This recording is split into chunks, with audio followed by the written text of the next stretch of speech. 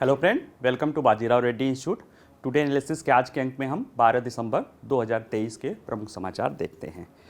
आज अगर हम समाचार पे नज़र रखें तो जैसे हमने कल ही बताया था जब मैं चर्चा कर रहा था कि माननीय सुप्रीम कोर्ट ने एक आर्टिकल 370 को लेकर एक ऐतिहासिक फैसला दिया है। ठीक है, वो फैसला काफ़ी ऐतिहासिक है और आज के जितने भी समाचार पत्र हैं वो सब उससे भरे पड़े थे, क्योंकि कहीं न कहीं ये एक बहुत ही प्रमुख मुद्दा था जो 47 से लेके आज तक चलता रहा था और कुछ लोग इसे अनफिनिश्ड एजेंडा या पूरा हुआ ना एजेंडा कहते थे।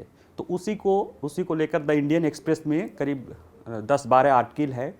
यहाँ तक कि हमारे प्रधानमंत्री जी ने भी इस फैसले पर अपना एक आर्टिकल लिखा है द इंडियन एक्सप्रेस में आज के उसमें अंक में।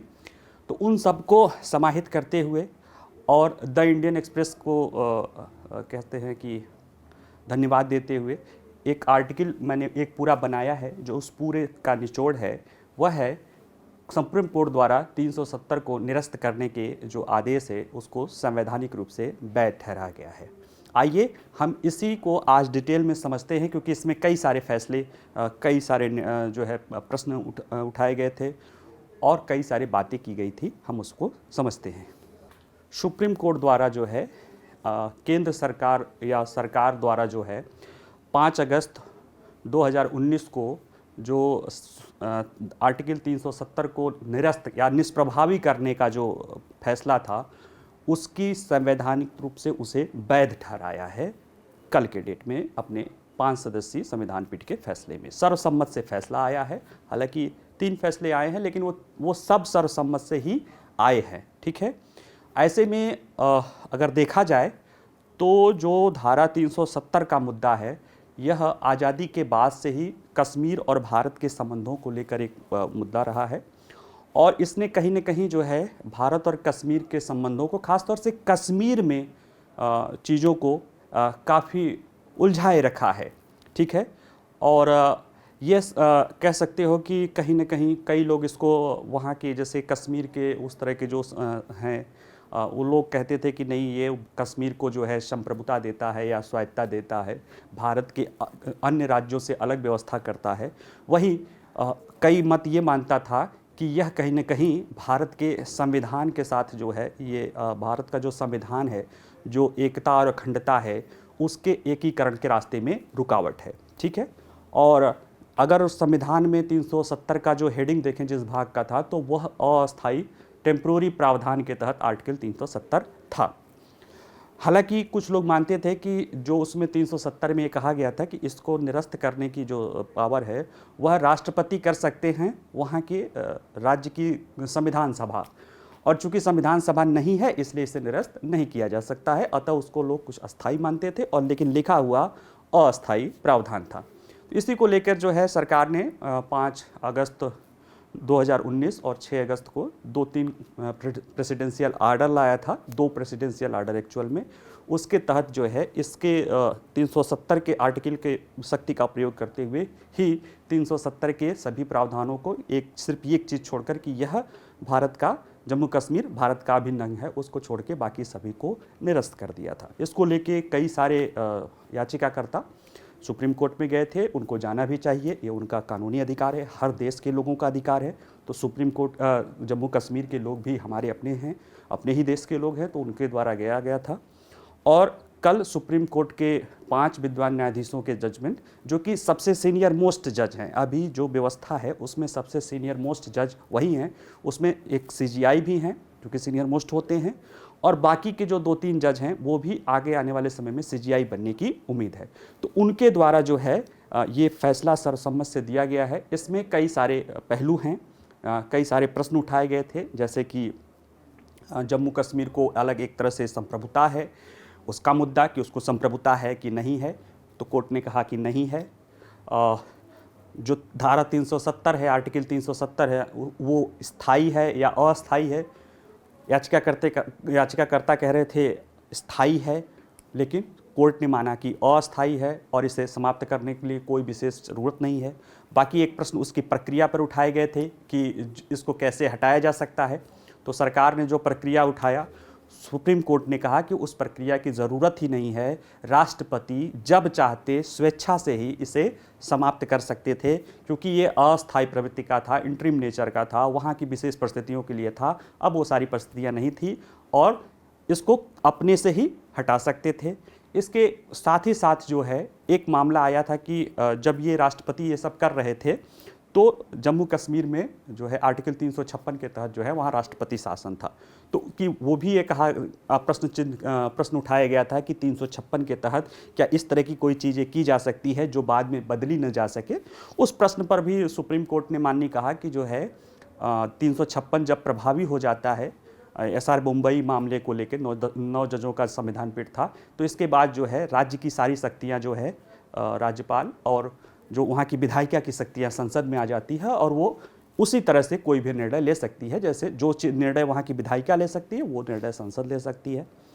और अंतिम में इसी के साथ साथ जो वहाँ के दूसरे नंबर के सीनियर मोस्ट जज थे, जस्टिस SK कौल, संजय किशन कौल, जो 31 दिसंबर को रिटायर हो रहे हैं, उनके द्वारा एक ट्रुथ एंड रिकॉन्सिलेशन या सत्य और सुलह आयोग, एक निष्पक्ष सत्य और सुलह आयोग के गठन की बात की गई है, जो कहीं नहीं कहीं 80 के दशक से लेकर आज तक करीब 4 दशक से जो है कश्मीर घाटी या जम्मू कश्मीर में दोनों तरफ से उनका कहना है कि राज्य और गैर राज्य तत्वों द्वारा जो वहाँ के लोगों के मानवाधिकारों के उल्लंघन के लिए किया गया है उसकी सत्यता का जांच करने और कहीं न कहीं उनके घावों को मरहम लगाने के लिए एक निष्पक्ष सत्य और सुलह आयोग की गठन करने का सलाह दिया है, आदेश नहीं सलाह दिया है।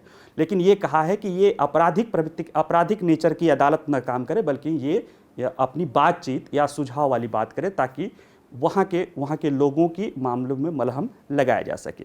जहाँ तक प्रधानमंत्री का आर्टिकल है, प्रधानमंत्री के भी विचारों को जानना ज़रूरी है, क्योंकि प्रधानमंत्री हमारे देश के शासनाध्यक्ष हैं, वो जो कह सकते हो कि जो केंद्रीय मंत्रिमंडल है उसके प्रमुख होते हैं। तो उन्होंने भी इस फैसले का स्वागत किया है और उन्होंने कहा कि कहीं न कहीं ये जो एक संवैधानिक रूप से एकीकरण की जो समस्या रह गई थी उसको पूरा करने के लिए जो सरकार ने फैसला किया, एक पहल की थी, उसको संवैधानिक वैधता प्रदान करके सुप्रीम कोर्ट ने जो है भारत की एकता और अखंडता को मजबूत किया है। साथ ही इस फैसले से अब जम्मू कश्मीर और लद्दाख के जो नए युवा हैं वह एक पुरानी अतीत से उठकर एक नए भविष्य की तरफ देख सकते हैं। अब उनके अंदर लोकतंत्र, गरिमा और विकास का भाव आएगा, न कि अलगाव या इस तरह की चीज़ें आएंगी। ठीक है, आइए हम इस पूरी चीज़ों को डिटेल में समझते हैं। आज हमने एक ही न्यूज़ लिया था क्योंकि ये एक न्यूज़ ही कई सारे न्यूज़ को अपने अंदर समाहित हुए हैं। चलिए आइए समझते हैं। विचारणी पहलू, क्या क्या हमें विचार करना है। तो विचार करने में जैसे कि पता है कि ये जो मामला आया है, ये मामला आया है संविधान के एक अनुच्छेद 370 के तहत। ठीक है, उसमें क्या लिखा है, अब तो सिर्फ यही एक चीज़ लिखी है, अब तो सारा ज़्यादातर चीज़ें उसमें से डिलीट हो गई है कि वो जम्मू कश्मीर भारत का अभिन्न अंग है। तो उसको छोड़ के बाकी सारी चीज़ें डिलीट हो गई है और उसे माननीय सुप्रीम कोर्ट ने कि 5 सदस्यीय संविधान पीठ ने उसे जस्टिफाई भी कर दिया है। ऐसे में आप पढ़ते ही आ रहे होंगे कि क्या है, लेकिन हमें उसको जानने का मतलब नहीं है। हमें ये जानना है कि ये क्यों लाया गया था, फैसला क्या था और क्या क्या कहा गया। देखिए, जैसे पता है कि बहुत सारी, जब हम आज़ाद हुए तो बहुत सारी, भारत आज़ाद हुआ तो एक ब्रिटिश इंडिया के तहत शासन था और कई सारे प्रिंसली स्टेट या राजाओं द्वारा शासित जो अपने रियासतें थीं उन सबको मौका दिया गया था कि वो यहाँ या वहाँ अपने किसी न किसी जो है डोमिनियन के साथ, स्वतंत्र रहने का अधिकार नहीं था, उन्हें किसी न किसी डोमिनियन के साथ जो है मिलना था। ऐसे में जो है बाकी सारी रियासतों ने मिल लिया। जम्मू कश्मीर बीच में रहे। बाद में उन्होंने जब वहाँ पे पाकिस्तान ने कबीलाई के भेष में जो है अपना आक्रमण किया तो वहाँ के राजा ने जो है भारत के साथ एक संधि और विलय समझौता किया और उस समझौते के साथ जो है वो जम्मू कश्मीर जो है वो भारत का अभिन्न अंग बन गया। और फिर बाद में उसमें कुछ व्यवस्थाएं की गई थी, लेकिन बाद में 1949 में जो है वहाँ के जो उनके उत्तराधिकारी थे युवराज कर्ण सिंह जो है, जो आज भी अभी जीवित हैं और उन्होंने इस फैसले को कम से कम जस्टिफाई किया है, उन्होंने एक प्रोक्लेम या उद्घोषणा जाहिर की थी और उसमें कहा गया था कि भारत के संविधान बनने के बाद जम्मू कश्मीर का जो भी संविधान हो, यानी जो भारत का संविधान बन जाएगा तो जम्मू कश्मीर के लिए जो पहले से चली आई विधान व्यवस्था या जो भी संविधान बनेगा वो भारत के संविधान से अगर जो भी अलग होगा, यानी जो चीज़ें उससे अलग होंगी या जो उसको भारत के संविधान को रोक रही होंगी या दुष्प्रभावित कर रही होंगी, वो सब निष्प्रभावी हो जाएंगी। इस तरह का प्रोक्लेमेशन किया था। यानी सुप्रीम कोर्ट ने कहा कि कहीं न कहीं वो प्रोक्लेमेशन कहीं न कहीं जो अन्य राज्यों का जो विलय हुआ था उसी विलय के समान था और इस तरह से जम्मू कश्मीर जैसे अन्य राज्यों का भारत में विलय हुआ था वैसे ही उसका भी विलय हुआ था। उस प्रोक्लेमेशन के बाद तो बिल्कुल ही ये तय है। ठीक है, तो इस ऐतिहासिक परिदृश्य की बातें थी, उसको लेकर काफ़ी अलगाववाद भी वहाँ पनपा। उनको कहीं न कहीं वहाँ पे अलग एक संविधान थी, वहाँ पे सरकारों की भी अलग व्यवस्था थी। हालांकि धीरे धीरे चीज़ें वहाँ पे जो भारत के संविधान की चीज़ें धीरे धीरे जो पूरे भारत के लिए है उसमें से काफ़ी कर चीज़ें वहाँ की सरकार के समर्थन से राष्ट्र एक व्यवस्था थी 370 में कि वहाँ की सरकार या वहाँ की उससे सलाह पे जो है रिकमेंडेशन पे राष्ट्रपति ऐसे कॉन्स्टिट्यूशनल आर्डर जारी कर सकते थे जो जम्मू कश्मीर में प्रभावी हो और उसके लिए वो संविधान में भी राष्ट्रपति के आदेश से ही वो भारत के संविधान में भी उसी अनुसार चेंज हो जाता था। इसी को लेके एक आर्टिकल 35A लाया गया था जो कहीं न कहीं एक वहाँ के लोगों को विशेष वो चीज़ें देती थी और बहुत सारे मौलिक अधिकार वहाँ के लोगों को नहीं मिलते थे और भारत के लोगों के भी बहुत सारे मौलिक अधिकारों पर रोक लगाती थी, जो कि कहीं न कहीं एक काफ़ी विवादित प्रश्न था। इसको लेके अगस्त में 9 अगस्त 2019 को भारत सरकार की तरफ से गृह मंत्रालय एक क्या बल्कि 2 प्रेसिडेंशियल आर्डर लाते हैं। प्रेसिडेंशियल आर्डर मतलब कॉन्स्टिट्यूशनल आर्डर। उसी आर्टिकल 370 में कहा गया था जिसके तहत वहाँ की सरकार से के रिकमेंडेशन पे राष्ट्रपति कोई भी आदेश ला सकते हैं जो भारत के भी संविधान में परिवर्तन कर दे और जम्मू कश्मीर के भी संविधान में परिवर्तन कर दे। ठीक है, तो उसके जो है चूंकि वहाँ पे उस समय राष्ट्रपति शासन था तो राष्ट्रपति शासन के समय जो सरकार होती है वो राज्यपाल और उसके सलाहकार परिषद होती है। तो राज्यपाल के रिकमेंडेशन पे प्रेसिडेंट ने 2 कॉन्स्टिट्यूशनल आर्डर जारी किया था, 272 कॉन्स्टिट्यूशनल आर्डर 272 और कॉन्स्टिट्यूशनल आर्डर 273। कॉन्स्टिट्यूशनल आर्डर 272 के तहत एक आर्टिकल 367 है भारत के संविधान में जिसमें परिभाषाएं लिखी गई हैं। उसमें जम्मू कश्मीर की संविधान सभा की जगह जो है जो अनुच्छेद 370(3) में जम्मू कश्मीर की संविधान सभा लिखी है कि उसके जो है कंसल्टेंट पे राष्ट्रपति इसको निरस्त कर सकता है, उसकी जगह जो है राष्ट्रपति ने कह दिया कि जम्मू कश्मीर की संविधान सभा को जम्मू कश्मीर की विधानसभा पढ़ा जाए। चूँकि राष्ट्रपति शासन लागू हुआ था ऐसे में ये चेंज हुआ। फिर प्रेसिडेंशियल आर्डर आया 273 जिसमें वहाँ की संसद चूँकि विधायिका के रूप में कार्य कर रही थी, संसद के द्वारा रिकमेंडेशन पे भारत की संसद ने रिकमेंड किया लेकिन किस रूप में, जम्मू कश्मीर की विधायिका के रूप में, और उसके रिकमेंडेशन पे राष्ट्रपति ने एक नया 273 प्रेसिडेंशियल आर्डर लाया और उसके तहत जो आर्टिकल 373(3) का जो पावर प्रयोग करते हुए यानी विधानसभा अब संसद हो गई थी और जो विधानसभा था उसको संविधान सभा पढ़ते हुए उसके रिकमेंडेशन उसके कंसल्टेंसी पे राष्ट्रपति ने पूरे 370 को समाप्त करके पूरे भारत के संविधान को वहाँ पे लागू कर दिया। यानी कि जम्मू कश्मीर का संवैधानिक रूप से भारत के साथ पूर्ण एकीकरण हो गया जैसे कि अन्य राज्यों का है। वहाँ पे दोहरी नागरिकता हटा दी गई, वहाँ का दोहरा फ्लैग हटा दिया गया, वहाँ के संविधान को भी समाप्त कर दिया गया और उसके बाद कई सारे जो है कानून पारित किए गए। जैसे कि अभी हाल ही में जो है एक रीऑर्गेनाइजेशन एक्ट और जो वहाँ के आरक्षण विधेयक है इनको भी लोकसभा में पारित कर दिया गया था। अब राज्यसभा में द्वारा भी कल पारित कर दिया गया है और राष्ट्रपति के उसके होते ही जो है वहाँ पे ये लागू हो जाएगा।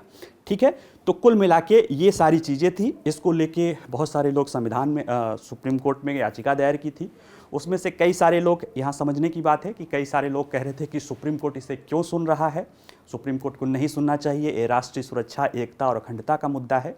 लेकिन जब सुप्रीम कोर्ट के चीफ जस्टिस कह रहे थे कि वो संवैधानिक कोर्ट हैं और किसी को भी लगता है कि उसके साथ अन्याय हो रहा है तो वो उसकी बात सुप्रीम कोर्ट सुनेगा और कॉन्स्टिट्यूशनल आधार पे सुनेगा, बाकी किसी आधार पे वो नहीं सुनेगा कि राष्ट्रहित और ये सारी चीज़, वो तो ठीक है, लेकिन अगर कोई फैसला सुप्रीम कोर्ट कर रही है तो वो कॉन्स्टिट्यूशनल आधार पे करेगी, क्योंकि वो कॉन्स्टिट्यूशनल कोर्ट है, उसे कॉन्स्टिट्यूशन के आधार पे न्याय करना है। और ये कहीं ना कहीं ये व्यवस्था भारत के लिए भी उचित है, क्योंकि आज जैसे मैं बार बार कहता हूं आप लोगों से कि संविधान क्या है, तो मैं कहता हूं कि संविधान में जो लिखा हुआ है वह जो उस पर उस तरह से अप्लाई किया जाता है, और अगर कोई विवाद होता है तो जो सुप्रीम कोर्ट द्वारा उसकी व्याख्या की जाती है, ये सारे पहलू मिला के संविधान की वो पहलू, अगर कोई अनुच्छेद है तो उसकी व्याख्या, यानी अब 370 को लेके जो पहले लिखा था, जो उसकी लोग अन्य अलग अलग उसमें व्यवहार किया जाता था या व्याख्या किया जाता था, और आज जो सुप्रीम कोर्ट ने उस पर निर्णय दिया है वो मिला के अंततः जो है उसको लेके संवैधानिक प्रावधान है, और आज वो लैंड ऑफ द लॉ जो है रूल्स ऑफ द लैंड है, और वही चीज़ें लागू की जाएंगी। और कहीं ना कहीं सुप्रीम कोर्ट द्वारा उसे कह सकते हैं वैलिडेट कर देने के बाद यह चीज़ें उसको और वैलिडेट हो गई। ये बात प्रधानमंत्री का अभी जैसे बताए थे कि प्रधानमंत्री जी की जो विचार हैं उसमें भी ये आया कि कहीं ना कहीं सुप्रीम कोर्ट ने जो सरकार का वो एकीकरण का, संवैधानिक एकीकरण का प्रयास था, उसको जस्टिफाई करना कहीं ना कहीं भारत के एकीकरण को बढ़ाने देवाना और एक भारत और श्रेष्ठ भारत के विचारधारा को बढ़ावा देने वाला है। ठीक है, अब इसमें विचारणी पहलू, ये तो इतिहास हो गया, पढ़ाने के दौरान थोड़ा सा पता होना चाहिए होता है। इसमें जो विचारणी पहलू था, ये मामला गया था सुप्रीम कोर्ट के 5 जजों की संविधान पीठ के पास, जिसकी अध्यक्षता भारत के चीफ जस्टिस ऑफ इंडिया और बाकी के 4 जो सीनियर मोस्ट जज हैं, यानी जो इस समय कोलिजियम के हिस्सा हैं, उनके द्वारा सुना गया। इस महत्व को ध्यान में रखते हुए इस तरह का फैसला कई बार सुप्रीम कोर्ट की इस तरह के फैसले करते हैं। जैसे राम मंदिर के मुद्दे में भी उस समय के जो जजेस थे, जो चीफ जस्टिस और जो बाकी सीनियर मोस्ट, उसमें तो ये था कि उसके जो बाकी जज थे वो सब कभी न कभी चीफ जस्टिस बनने वाले थे। तो ऐसे मुद्दे को आमतौर पे जो है जो पीठ निर्धारित करने का अधिकार होता है, सीजीआई करते हैं। इस महत्व को ध्यान में रखते हुए सबसे सीनियर मोस्ट 5 जजों की पीठ बनी थी और उसने सर्वसम्मत से फैसला दिया है।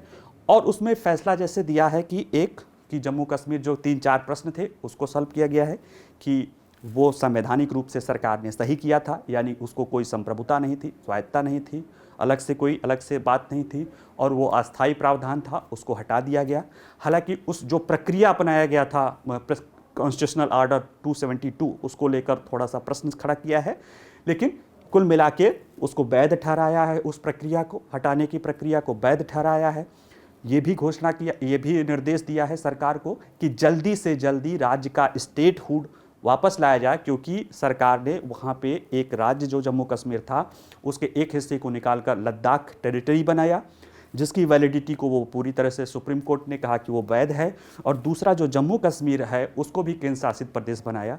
हालांकि उसके बारे में वो शांत है, उसने बस इतना कहा कि जितना जल्दी हो सके इसको स्टेटहुड दिया जाए, क्योंकि यही बात भारत के गृह मंत्री ने सदन में भी वक्तव्य दिया था, बार बार ये वक्तव्य दिया था कि सरकार जितना जल्दी हो सकेगा, एक टेम्परेरी पीरियड है, शांति व्यवस्था को ध्यान में रखते हुए उसको स्टेटहुड देगी। और वहाँ पे जो अभी केंद्र शासित प्रदेश में ही जो विधानसभा चुनाव के लिए जो अभी ऑर्गेनाइजेशन हुआ है, डिलिमिनेशन हुआ है, दिया गया है कि 30 सितंबर 2024 तक, यानी अगले साल 30 सितंबर तक वहाँ चुनाव करा लिया जाए। ये निर्देश भारत के निर्वाचन आयोग को माननीय सुप्रीम कोर्ट ने दिया है। साथ ही में एक और मुद्दा है जो कह सकते हो कि जो ज़्यादा, हालांकि वो सलाह है लेकिन वो कम इम्पॉर्टेंट नहीं है। वहाँ के उस पीठ में एक जज थे, जस्टिस संजय किशन कौल, जो सीनियर मोस्ट जज थे और जल्दी रिटायर होने वाले हैं। वह कश्मीरी ब्राह्मण हैं, यानी कश्मीर के ही वो रहने वाले हैं, और उनको कश्मीर के लोगों की पीड़ा का आभास है। और उन्होंने कहा कि कश्मीर में 80 के दशक से लेकर जो कहीं न कहीं वहाँ के लोगों का पलायन हुआ, या जो वहाँ पे हिंसा आई, या इसके बाद जो है राज्यों को वहाँ पे सेना का प्रयोग करना पड़ा वहाँ की स्थितियों को देखते हुए, और उसको लेकर जो गैर राज्य, यानी जो वहाँ आतंकवादी और इस तरह के लोगों, या राज्य जो सिक्योरिटी फोर्सेस पे जो मानवाधिकार उल्लंघन के आरोप दोनों तरफ से लगते हैं, और जो कहीं न कहीं लोगों के घाव हैं, रिश्ते हुए घाव हैं, जो कहीं न कहीं दोनों तरफ के लोगों के अंदर जो है, कश्मीर के लोगों को, घाटी के लोगों के अंदर जो है वो कहीं न कहीं उसको आप कह सकते हो नासूर या मवाद जो नहीं फोड़ा पका हुआ है, उसको साफ करने के लिए उन्होंने एक निष्पक्ष ट्रूथ एंड रिकॉन्सिलेशन, सत्य एवं सलाह यानी ट्रूथ एंड रिकॉन्सिलेशन आयोग के गठन का फैसला किया है और कहा है कि इससे कहीं ना कहीं जो हमारे ऊपर ऐतिहासिक बोझ है जम्मू कश्मीर के लोगों के बारे में वह पूरा होगा। और हालांकि ये कहा कि ये कोई आपराधिक जांच नहीं करेगा, जो भी आयोग होगा सिर्फ लोगों से बातचीत सलाह करेगा, जिसके जरिए जो समाज है, जो लोग हैं, अपनी बातें कह सकें और एक्चुअल में क्या समस्याएं थी, क्या पीड़ा थी, ये सामने आ सके। और जो ट्रूथ एंड रिकॉन्सिलेशन आयोग होता है वह कहीं न कहीं, जैसे उन्होंने बताया कि इस तरह की बातें जो है, जब दक्षिण अफ्रीका में नस्ल भेद के बाद जब वहाँ नेल्सन मंडेला की सरकार आई थी, उसने किया था, या श्रीलंका में लिट्टे के बाद वहाँ पे एक इसी तरह का आया था, नेपाल में आया था। तो इस तरह की जब कोई बहुत समस्याएं सॉल्व हो जाती हैं तो जो नई व्यवस्था होती है तो वहाँ पुरानी चीज़ों को जांच करने के लिए, जैसे होता नहीं, कोई आप घाव है, कोई फोड़ा है, वो ऊपर से मुंह बंद हो गया है, अंदर वो रिस रहा है, तो डॉक्टर या कोई क्या करता है कि उसके मुंह साफ करके उसकी गंदगी को निकाल देता है ताकि घाव को भरने में मदद मिले। इसी तरह की बात जस्टिस संजय किशन कौल जी ने कही थी। ठीक है, तो हम उसको भी समझेंगे कि क्या होता है, कैसे चीज़ें होती है, और साथ ही में जो प्रधानमंत्री जी का लेख है उसका जो कह सकते हो लब्बू लुआब या जो उसका एसेंस है उसको भी हम समझते हैं। तो ये मुद्दा है और इसमें 4 प्रश्न प्रमुख रूप से उठाए गए थे। पहला जो कह सकते हो कि तकनीकी पहलू हैं, बाकी तो चीज़ें सही है। पहला कि जम्मू कश्मीर को स्वायत्तता प्राप्त है, या इसको ये समझिए कि भारत के संघ के अंतर क्या किसी को भी राज्य को स्वायत्तता प्राप्त है, उसका प्रश्न भी आप इसी में सॉल्व हो जाएगा, क्योंकि एकमात्र जम्मू कश्मीर के लिए लोग ही ये बात कहते थे कि उन्होंने जो हमने भारत के साथ समझौता किया है उसमें स्वायत्तता यानी या कह सकते हो संप्रभुता हमारे पास भी है। संघ को दिया भिन्न अंग होने के बाद भी जम्मू कश्मीर अपना एक अलग अस्तित्व रखता है। दूसरा मामला आया था कि जो आर्टिकल 370 है, हालांकि ये अस्थाई लिखा है, क्या ये इसका स्थायी है या अस्थाई है, यानी टेम्प्रोरी है या परमानेंट नेचर का है, उसका मामला। तीसरा है कि इसे जो निरस्त कर दिया गया था उसकी प्रक्रिया, उसको लेकर मामला था कि वो संवैधानिक था या असंवैधानिक था। चौथा मामला ये था कि राष्ट्रपति शासन के दौरान जो सरकार ने किया या राष्ट्रपति शासन के दौरान जो चीज़ें वहाँ पे की गई, यानी अब वो बदल तो सकती नहीं है, तो क्या राष्ट्रपति शासन के दौरान वहाँ इस तरह की चीज़ें की जा सकती हैं राज्य के साथ जो बाद में परिवर्तित न हो सके। ऐसे बहुत सारे पहलू को जो है इनमें इन 4 प्रमुख प्रश्न थे। कौन कौन सा? वहाँ के संप्रभुता का मुद्दा, वहाँ के 370 के परमानेंसी का मुद्दा, उसके प्रक्रिया का मुद्दा, और 356 के तहत ऐसा काम करने का मुद्दा जो इरिवर्सिबल है, यानी कि उसके जो केंद्र सरकार है, क्योंकि 356 देखा जाए तो एक अस्थायी प्रवृत्ति का होता है, तो उसमें कोई ऐसा काम सरकार कर सकती है कि जो कि बदला न जा सके। तो ये 4 प्रमुख मुद्दे थे। बाकी एक मुद्दा है ट्रूथ एंड रिकॉन्सिलेशन आयोग, उसको भी हम एक एक करके समझते हैं। आइए, जम्मू कश्मीर संप्रभुता के मामले पर निर्णय। देखिए, जो याचिकाकर्ता थे उन लोगों ने तर्क दिया था कि 1947 में भारतीय संघ में शामिल होने पर जम्मू कश्मीर ने संप्रभुता का एक तत्व बरकरार रखा था।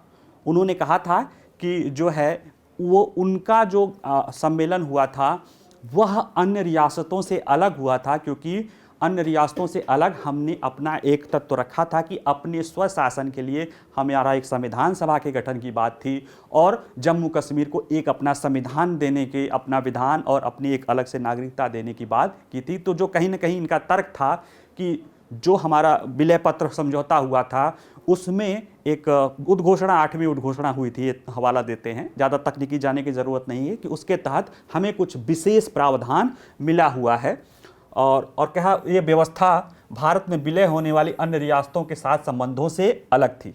कई लोग, तो कई राजनेता जो वहाँ पे मुख्यमंत्री भी रहे थे, उनको कहना था कि हमारी व्यवस्था अलग है और 370 ही वो पुल है जो कहीं न कहीं जम्मू कश्मीर को और भारत के साथ जोड़ता है, और अगर 370 निरस्त हो जाएगा तो जम्मू कश्मीर एक संप्रभु या स्वतंत्र हो जाएगा। ये बातें कही जाती रही है कानूनी रूप से। ये एक प्रश्न था, इस पे न्यायपालिका को विचार करना था, क्योंकि और कोई राज्य इस तरह की बात नहीं करता है, लेकिन अगर और कोई भी राज्य इस तरह की बात कर सकता था तो भी उसके लिए है कि जब बहुत महत्वपूर्ण बात है, जब वो बातें चल रही थी तो सुप्रीम कोर्ट के चीफ जस्टिस यानी भारत के सीजीआई ने कहा था कि देखिए, स्वायत्तता अलग होती है और संप्रभुता अलग होती है।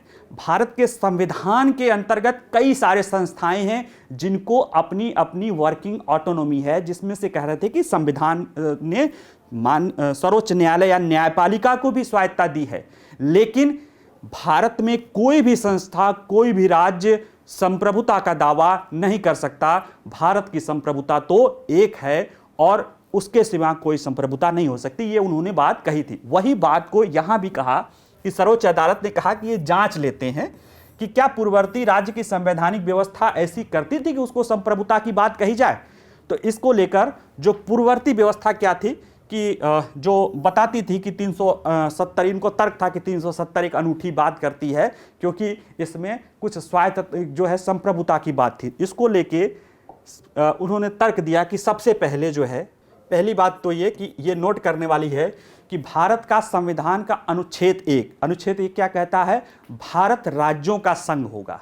किसका संघ होगा? भारत का संविधान का अनुच्छेद 1 क्या कहता होगा? भारत राज्यों का संघ है, यानी राज्यों से मिलकर बना हुआ है, लेकिन भारत के राज्यों को संघ से अलग होने की ताकत नहीं है। ये बात समझिए। कहा जाता है भारत विनाशी राज्यों का अविनाशी संघ है। कभी संघीय व्यवस्था आप लोग पढ़िएगा तो वो बात है। उसमें यह है कि अनुच्छेद 1 में ही भाग 3 के राज्यों का संदर्भ दिया गया है जो फुल स्टेट है। ठीक है, उसमें जब शुरू में आया था तो फुल स्टेट थे, कुछ ऐसे थे जो टेम्परेरी थे, बाद में अब 2 ही रह गया है, एक राज्य और एक केंद्र शासित प्रदेश है। फिर भी जो भाग 3 के राज्य हैं उसमें 2019 के पहले जम्मू कश्मीर भी वही राज्य था जैसे अन्य हमारे 28 राज्य थे। अब तो खैर 27 राज्य 29 केंद्र शासित प्रदेश हो गया है, लेकिन उस समय तक 28 राज्य और 7 केंद्र शासित प्रदेश थे, जिसमें जम्मू कश्मीर 5 अगस्त 2019 के पहले एक राज्य था भाग 3 का। तो ऐसे में इसको कोई अलग से व्यवस्था की गई थी, ऐसी बात नहीं थी। दूसरा, जो जम्मू कश्मीर का संविधान था उसकी भी धारा 3 में यह बात कहा गया था कि जम्मू कश्मीर भारत का अभिन्न अंग है। यानी न भारत के संविधान का अनुच्छेद 1, न ही जम्मू कश्मीर के संविधान का भाग 3, कोई भी जम्मू कश्मीर को, दोनों जम्मू कश्मीर को भारत का अभिन्न अंग मानते थे और उन्हें कोई अलग से स्वायत्तता या स्वतंत्रता की बात नहीं करते थे। तो ऐसे में अदालत ने माना कि ये प्रावधान इस तर्क का खंडन करते हैं कि जम्मू कश्मीर को अपनी संप्रभुता सौंपने के लिए एक विलय समझौता करना आवश्यक है, यानी एक मर्जर एग्रीमेंट करना चाहिए। वो नहीं हुआ है, इसलिए नहीं होगा। न्यायालय ने तर्क दिया कि जो उस समय के तत्कालीन युवराज थे, जब वो शासक जो उस समय थे, 25 नवंबर 1949 को युवराज कर्ण सिंह, अभी भी ये जिंदा है और भगवान इन्हें स्वस्थ रखें, कि इनके उस प्रोक्लेमेशन ने ही कहीं न कहीं न्यायपालिका का रास्ता आसान कर दिया। उसने कहा, उसमें ये प्रोक्लेमेशन में कहा था क्या कि भारत का संविधान न केवल राज्य में यानी जम्मू कश्मीर राज्य में अन्य संवैधानिक प्रावधानों को हटा देगा जो इसके साथ असंगत थे, यानी भारत का संविधान बन जाएगा तो जो भी चीज इसके साथ असंगत हैं भारत के संविधान के साथ, बल्कि उन्हें निरस्त भी कर देगा जो विलय समझौते से प्राप्त होता है। यानी विलय समझौते से अगर कुछ उनको प्राप्त भी किया गया होगा वह उसे निरस्त कर देगा। यानी ये बताता है उद्घोषणा कि जम्मू कश्मीर के शासक ने, जम्मू कश्मीर अपने शासक के द्वारा भारत की संप्रभुता, अपने संप्रभु लोगों को हमप्रभुता के पूर्ण यानी भारत में पूर्ण रूप से सम्मिलन की बात करती थी। यही बात न्यायपालिका ने कहता है कि न केवल न भारत का संविधान का अनुच्छेद 1, न जम्मू कश्मीर के संविधान का 3 और ये विलय पत्र, ये सब कहता है कि जम्मू कश्मीर को कोई संप्रभुता नहीं है। यानी आज कोई भी भारत का राज्य, कोई भी भारत से अलग संप्रभुता का दावा नहीं कर सकती है। कल इसी तरह के मामले राज्यसभा में एक उठा था। एक दक्षिण की पार्टी है, उसके एक सांसद ने जो है किसी महापुरुष या विचारक का उद्घोष करके एक दिया था जिसमें इसी तरह की स्वायत्तता की बात की गई थी। उसका वहाँ के सभापति राज्यसभा ने तुरंत टोका कि भारत के इंटीग्रिटी के खिलाफ कोई भी शब्द नहीं प्रयोग किए जा सकते। और इस निर्णय में भी यही है कि किसी भी राज्य को भारत से अलग होने की कोई संप्रभुता प्राप्त नहीं है। दूसरा कि 370 के स्थायित्व, अब यह था कि स्थायित्व का मामला। देखिए जब आर्टिकल 370 पढ़ेंगे तो उस पर हेडिंग ही लिखा है कि अस्थायी प्रवृत्ति है ना, जो है जो कि टेम्पररी है, और टेम्पररी का अर्थ ही होता है कि वो समाप्त हो जाना। इसको लेकर बहुत सारे प्रावधान था। हालांकि जो याचिकाकर्ता थे वो कहते थे कि उन लोगों ने तर्क दिया कि 370 का स्थायित्व न्यायालय के समक्ष आया था। इन लोगों ने तर्क दिया, खासतौर से जो उनके प्रमुख वकील थे, नाम नहीं लेना है, आप लोग जानते ही हैं, और वकील को कोई दोष भी नहीं देना है, वो अपने जो पक्षकार होते हैं, याचिकाकर्ता होते हैं, उनकी ही बातों को सामने रखते हैं। ठीक है, तो यहाँ पे याचिकाकर्ताओं ने तर्क दिया कि जो आर्टिकल 370 है वो स्थायी तो नेचर का है, अस्थायी नेचर का उस पर भले लिखा हुआ है, लेकिन उसका जो आर्टिकल 73 जो कहता था कि इसको कैसे निरस्त किया जाए, तो उसमें यह प्रावधान था कि राष्ट्रपति जम्मू कश्मीर की संविधान सभा के सलाह पे मतलब कंसल्टेंस, परामर्श पे, कंसल्टेंट पे, इंग्लिश में शब्द है कंसल्टेंट, कि कंसल्टेंट पे, उनके परामर्श पे इसे निरस्त कर सकता है।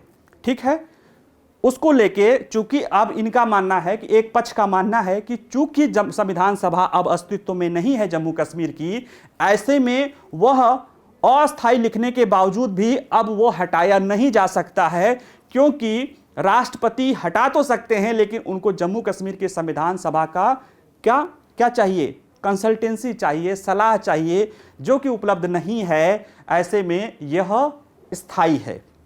अब देखिए, हालांकि सुप्रीम कोर्ट ने यह बात अभी कही है और उसको वो जो बातें हैं वो अभी हम बता देते हैं। सुप्रीम कोर्ट ने कहा, हालांकि देखिए ये बात याचिकाकर्ता कह रहे हैं, कहीं ना कहीं ये बातें आम जनमानस को भी थी। समझिए क्यों प्रेसिडेंशियल ऑर्डर और कॉन्स्टिट्यूशनल ऑर्डर राष्ट्रपति ने 272 लाया, उसके पीछे यही कि 3 में लिखा था कि संविधान सभा के कंसल्टेंसी पे, संविधान सभा है नहीं इसलिए लोग कहते थे कि यह अस्थायी है, तो सरकार ने उसी आर्टिकल 373 के शक्ति का पावर का प्रयोग किया, जिसमें कोई भी भारत के संविधान में चेंज करने के लिए जो है राष्ट्रपति वहां की विधानसभा द्वारा पारित के रिकमेंडेशन पे वैसा कर सकती है। तो चूंकि 356 के तहत वहां पे राष्ट्रपति शासन लगा था, तो राज्यपाल, वहां की सरकार और संसद, हमारी संसद, जहां भी राष्ट्रपति शासन लगता है, भारत की संसद वहां के विधानसभा के रूप में कार्य करता है।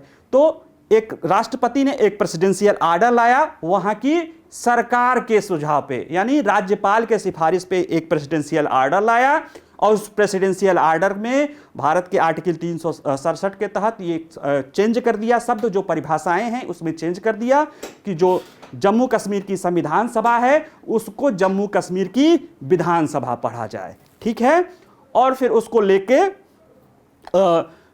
जब वो जम्मू कश्मीर की विधानसभा ही जम्मू कश्मीर की संविधान सभा हो गई, और राष्ट्रपति शासन में जम्मू कश्मीर की विधानसभा का कार्य कौन कर रहा था, भारत की संसद। तो फिर एक नया, भारत की संसद ने एक नया कंसल्टेंस, एक नया सुझाव हमारे राष्ट्रपति को दिया। उस सुझाव पर एक नया कॉन्स्टिट्यूशनल ऑर्डर आया 273, कॉन्स्टिट्यूशनल ऑर्डर नंबर 273, जिसके तहत जम्मू कश्मीर के उस 370 को निरसित कर दिया गया, केवल छोटे से चीजों को छोड़ के। यानी कि कहीं ना कहीं सरकार को भी लगता था कि चूंकि संविधान सभा नहीं है इसलिए इसको निरस्त करने के लिए वो ऐसे घूम के। लेकिन अब देखिए इसमें जो सीजीआई और जस्टिस कॉल जो अलग अलग फैसला, मतलब अलग अलग निर्णय दिए लेकिन सब सहमति से दिए, उनमें इन्होंने कहा कि यार ये अनुच्छेद 370 हमेशा एक अस्थायी विशेषता थी, हमेशा।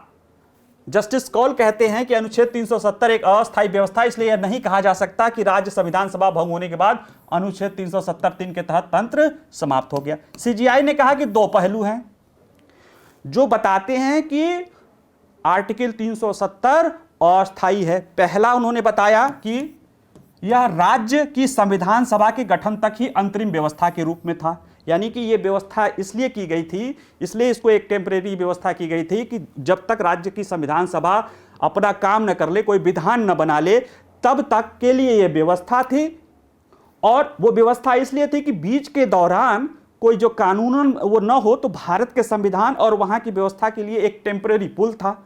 जब जम्मू कश्मीर की संविधान सभा वहां बन गई और उसने ये स्वीकार कर लिया कि वो भारत का अभिन्न अंग है, तो अपने आप, यानी ये भारत का अभिन्न हिस्सा बन गया, तो ये व्यवस्था अपने आप ही समाप्त हो गई, उसकी जरूरत ही नहीं है। दूसरा, यह प्रावधान राज्य में विशेष परिस्थितियों के कारण अपनाया गया था, यानी उस समय जो युद्ध का माहौल था, हमारे सीजीआई ने कहा ये उस समय युद्ध का माहौल था इसलिए अपनाया गया था। ऐसे में इसको खत्म कर, इसको जो है स्थायी तो नहीं, यानी दोनों की, युद्ध के लिए युद्धकालीन परिस्थितियों में और टेम्परेरी प्रोविजन के लिए अपनाया गया था। तो फिर अगला प्रश्न था कि 300 निरस्त करने की वैधता का निर्णय। तो सरकार भी देखिए मान रही थी, तभी तो उसने कॉन्स्टिट्यूशनल आर्डर 272 लाया। हालांकि इस फैसले को लेके उन लोगों ने इसको गलत माना कि ऐसा नहीं कर सकते हैं, और जो याचिकाकर्ता के वकील थे उन्होंने कहा था कि इस तरह से तो किसी का भी जो है परिभाषा सरकार संसद चेंज कर सकती है।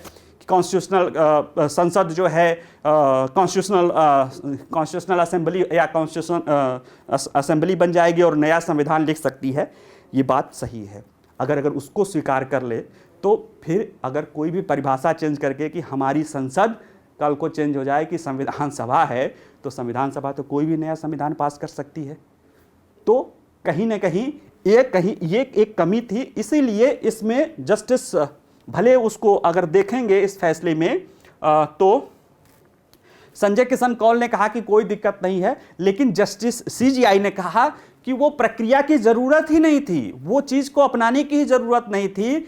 इसमें लिखा हुआ है कि आर्टिकल 373 में लिखा है कि राष्ट्रपति वहां की संविधान सभा की सलाह पे, यानी वहां कंसल्टेंसी पे इसको निरस्त कर सकते हैं। अब चूंकि वो संविधान सभा है नहीं, तो राष्ट्रपति सोल अथॉरिटी थे, वो जब चाहते तब खत्म कर देते। वो इतनी सारी लंबी प्रक्रिया, कान इधर से पकड़ो उधर से पकड़ो, जरूरत ही नहीं है। और इस तरह से उस प्रक्रिया को गलत ठहराते हुए भी, जो यानी कि जो इस तरह कान पकड़ने की प्रक्रिया है उसको गलत ठहराते हुए भी राष्ट्रपति ने जो हटाया, उनको ऐसे ही पावर है, वो कभी भी हटा सकते हैं, उनको ये सब करने की जरूरत नहीं थी। यानी जिस चीज को लेकर इतना वो था, उसको सुप्रीम कोर्ट ने कहा कि वो तो जैसे प्रावधान है कि हमें आपके सलाह पे काम करना है, अब आप पता चला कहीं चले गए तो क्या हम काम नहीं कर सकते हैं? ऐसा नहीं है।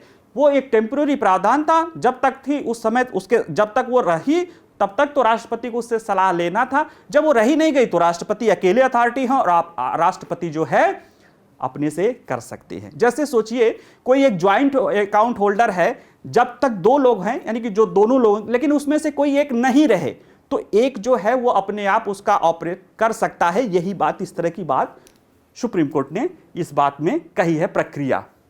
दूसरा, अब एक प्रश्न यहां पे ये था कि जो सरकार ने राष्ट्रपति शासन का प्रयोग करते हुए ये सब किया है कि राष्ट्रपति शासन के तहत जो अस्थायी, एक तरह से राष्ट्रपति शासन क्या होता है, किसी भी राज्य में कोई संवैधानिक तंत्र या व्यवस्था विफल हो जाती है तो राष्ट्रपति वहां एक अस्थायी प्रावधान के रूप में बात करता है, जिसमें वहां की सरकार की शक्तियों का प्रयोग राज्यपाल अपनी एक सलाहकार परिषद बनती है उसके तहत करता है, एडवाइजरी बोर्ड होती है उसके सलाह पे काम करता है, यानी वहाँ की सरकार के रूप में काम करता है। और वहाँ जब वहाँ विधानसभा नहीं रहती है तो वहाँ पे विधानसभा का कार्य भारत की संसद को प्रत्यायोजित कर दिया जाता है, यानी भारत की संसद ही, कहीं पे राष्ट्रपति शासन लगा हुआ है तो वहाँ की संसद के लिए, वहाँ के लिए विधान बना सकती है। अब यहाँ पे इन लोगों ने प्रश्न उठाया था कि क्या इस तरह के जो राष्ट्रपति शासन के दौरान संसद इस तरह का कोई कार्य कर सकती है जिसे बदला न जा सके, चेंज न किया जा सके? देखिए पूरी की पूरी उनकी व्यवस्था ही समाप्त कर दी गई।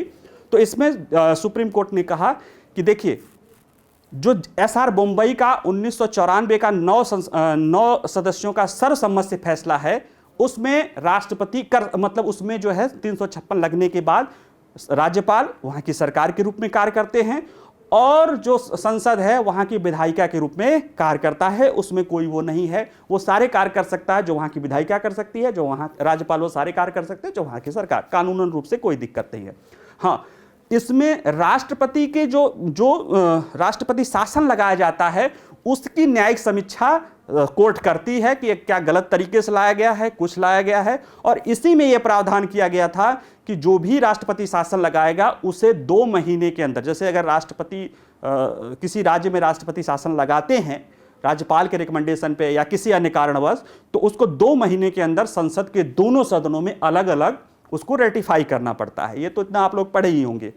और अगर वो रेटिफिकेशन हो जाता है तब राष्ट्रपति वहां की विधानसभा को भंग कर देंगे और वो काम विधानसभा किसके पास शक्ति आ जाएगी, संसद के पास। लेकिन अगर संसद ने और जब तक रेटिफिकेशन नहीं होता है तब तक वहां की विधानसभा क्या रहेगी, सस्पेंड रहेगी। और अगर रेटिफिकेशन नहीं हो पाता है तो पुनः वो सरकार जीवित हो जाएगी। यह एसआर मुंबई का मामला था। यहां पे ऐसा कुछ था ही नहीं, रेटिफिकेशन हो चुका था और वहां पे एक जैसे व्यवस्था थी उसको वहां पे राज्यपाल वहां की सरकार के रूप में और भारत की संसद वहां के विधानसभा के रूप में कार्य कर रही थी, तो वो मामला नहीं था। एक मामला जो और नया है, शायद हम लोगों के लिए पहली बार आया है, वह है सत्य और सुलह आयोग, ट्रूथ एंड रिकॉन्सिलिएशन कमीशन। यह बात वहाँ के जो सेकंड नंबर के सीनियर मोस्ट जज थे, जस्टिस संजय किशन कौल, जो कि खुद एक कश्मीरी ब्राह्मण हैं, कश्मीर के हैं, और कश्मीर की हालात को भाई देखिए, जो जिस समुदाय का रहता है, जिस व्यवस्था, उसको वहाँ की पीड़ा ज़्यादा रहती या ज़्यादा उसको समझ में रहती, ऐसा माना जाता है। इसीलिए तो आप कह सकते हो कि जो समाज में या जो हमारे यहाँ व्यवस्था है वहाँ पे जो आरक्षण व्यवस्था, उसको यही कि जिस समुदाय का व्यक्ति रहता है वो उसकी बात को ज़्यादा गहराई से समझता है।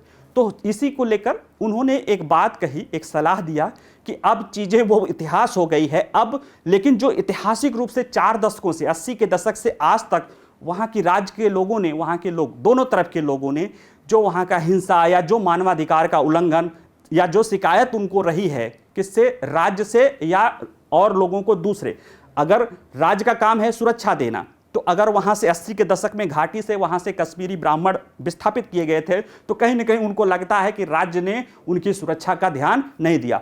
और आतंकवाद की बात जो है, सरकारों ने जब वहाँ पे सेना और आदि सिक्योरिटी फोर्सेस लाए तो वहाँ के घाटी के लोगों का मानना है कि उनके साथ जो है उनके मानवाधिकार का उल्लंघन होता है। अब ये आरोप हैं, प्रत्यारोप हैं, और जस्टिस कौल ने कहा कि ये कहीं ना कहीं हमारे ऊपर, भारत के ऊपर एक ऐतिहासिक बोझ है। और इस तरह के जहां भी कई उदाहरण दिए कि वहां पे अगर इस तरह की चीजें जब हल होती हैं, यानी कहते हैं कि कोई एक नया अध्याय शुरू होता है।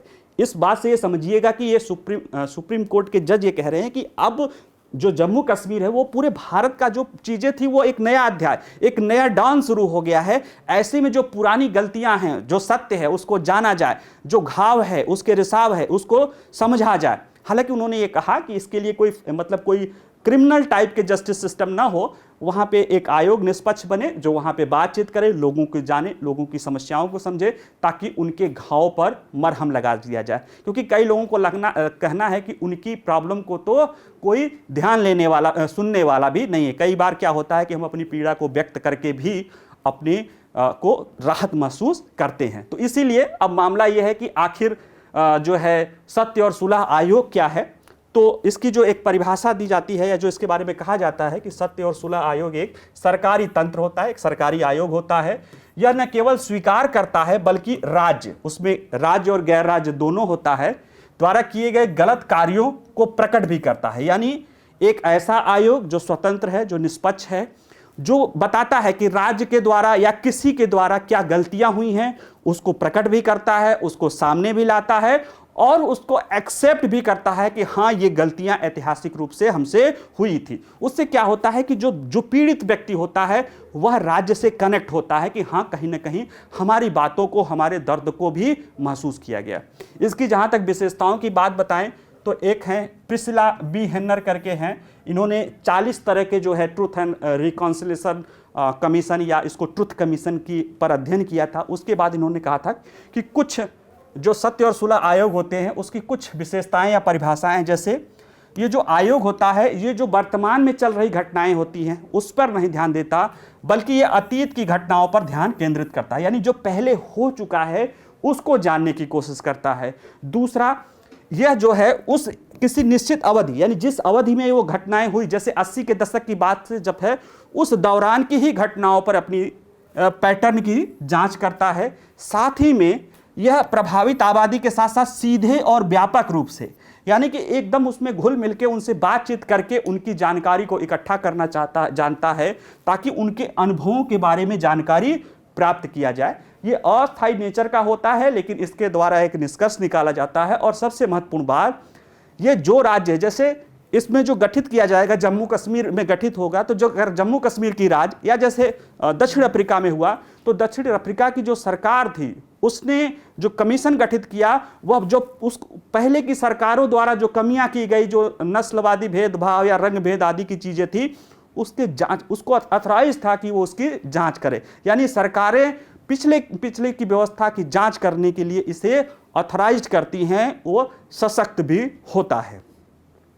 अब आते हैं, ये सारी चीज़ें हो गई, अब देखते हैं कि भारत के प्रधानमंत्री या जो हमारे शासनाध्यक्ष हैं उनका इसको लेकर क्या विचार है, क्योंकि इंडियन एक्सप्रेस में इनका भी आर्टिकल था, जाके पढ़िएगा आप लोग। हालांकि जो उनका मेन है, उनका कहना है कि सर्वोच्च न्यायालय ने अपने इस फैसले के माध्यम से भारत की संप्रभुता, सॉवरेनिटी, इंटीग्रिटी बरकरार रखा है, यानी अखंडता, और इसका हर भारतीय सम्मान करता है। हर भारतीय भारत की संप्रभुता और अखंडता का सम्मान करता है, और इसको न्यायपालिका ने बरकरार रखा है। साथ ही न्यायालय के निर्णय ने कहा कि 5 अगस्त 2019 को जो लिया गया निर्णय सही था, और ये संवैधानिक एकीकरण को बढ़ाने के लिए किया गया था। यानी जो कहीं ना कहीं हमारे संविधान में एकता और अखंडता की बात की गई है, उसके यूनिफिकेशन के लिए ये जो निर्णय लिया गया था, उसको कहीं ना कहीं प्रधानमंत्री कहते हैं कि इस निर्णय ने वैधता ठहराई, और ये भी बताया कि 370 अस्थायी प्रकृति का था, और इसलिए उसका समाप्त हो जाना कोई नई चीज नहीं थी, सरकार ने सही किया था। बाकी ये कह रहे हैं कि ये एक भारत और श्रेष्ठ भारत को लाने वाला है। साथ ही में वो कहते हैं कि आज जम्मू कश्मीर और लद्दाख के हर बच्चा एक साफ कैनवस, या आप कैनवस का मतलब होता है कि आपको एक साफ तस्वीर मिली है, आप एक साफ वाइट पेपर मिला है, आप उस पर कोई भी अपना उमंग, अपने मन, अपने भविष्य के अनुसार जो है उस पर चित्र भर सकते हैं। उसमें पहले से कालिक पुता या और पेंटेड नहीं है, यानी अतीत से अब मुक्त होकर जम्मू कश्मीर और लद्दाख के युवा, आम लोग, बच्चे अब नए भविष्य की तरफ चल सकते हैं। और कहते हैं कि देखिए, इसमें मोह भंग और निराशा और हताशा था जो युवाओं का, अब वो विकास, लोकतंत्र और गरिमा ने अब उसकी जगह ले ली है। प्रधानमंत्री उसमें एक उदाहरण भी बताते हैं कि वहाँ पे एक फुटबॉल खिलाड़ी है, महिला फुटबॉल खिलाड़ी, जो कभी पत्थर फेंका करती थी, आज उसने खेल में भारत का नाम रोशन किया है। तो कहीं ना कहीं प्रधानमंत्री कहते हैं कि वो जो पुरानी जो कैनवस था, जो इतिहास था, चाहे जो भी था, उसको भूलकर अब जो नया युवा वर्ग है वो नए तरह से शुरुआत करेगा। यानी एक नए सवेरे का शुरुआत है, रात बीत चुकी है, अब सवेरा नया है। ठीक है, चलिए, हमें उम्मीद है कि आप इसको पढ़ेंगे। इसका जो PDF है, इसको जो डिस्क्रिप्शन होता है उसमें हैंडआउट के रूप में आपको मिल जाएगा। बाकी पढ़िएगा, समझिएगा। कोई अगर प्रश्न रह जाए तो आप कमेंट्स में पूछिएगा। अगर पसंद आए तो लाइक कर दीजिएगा, और ज़्यादा पसंद आए तो शेयर भी कर दीजिएगा, और किसी को भी जानने को मौका मिल जाए। ठीक है, बाकी कल मिलते हैं कल के टॉपिक पे। ठीक है, नमस्कार।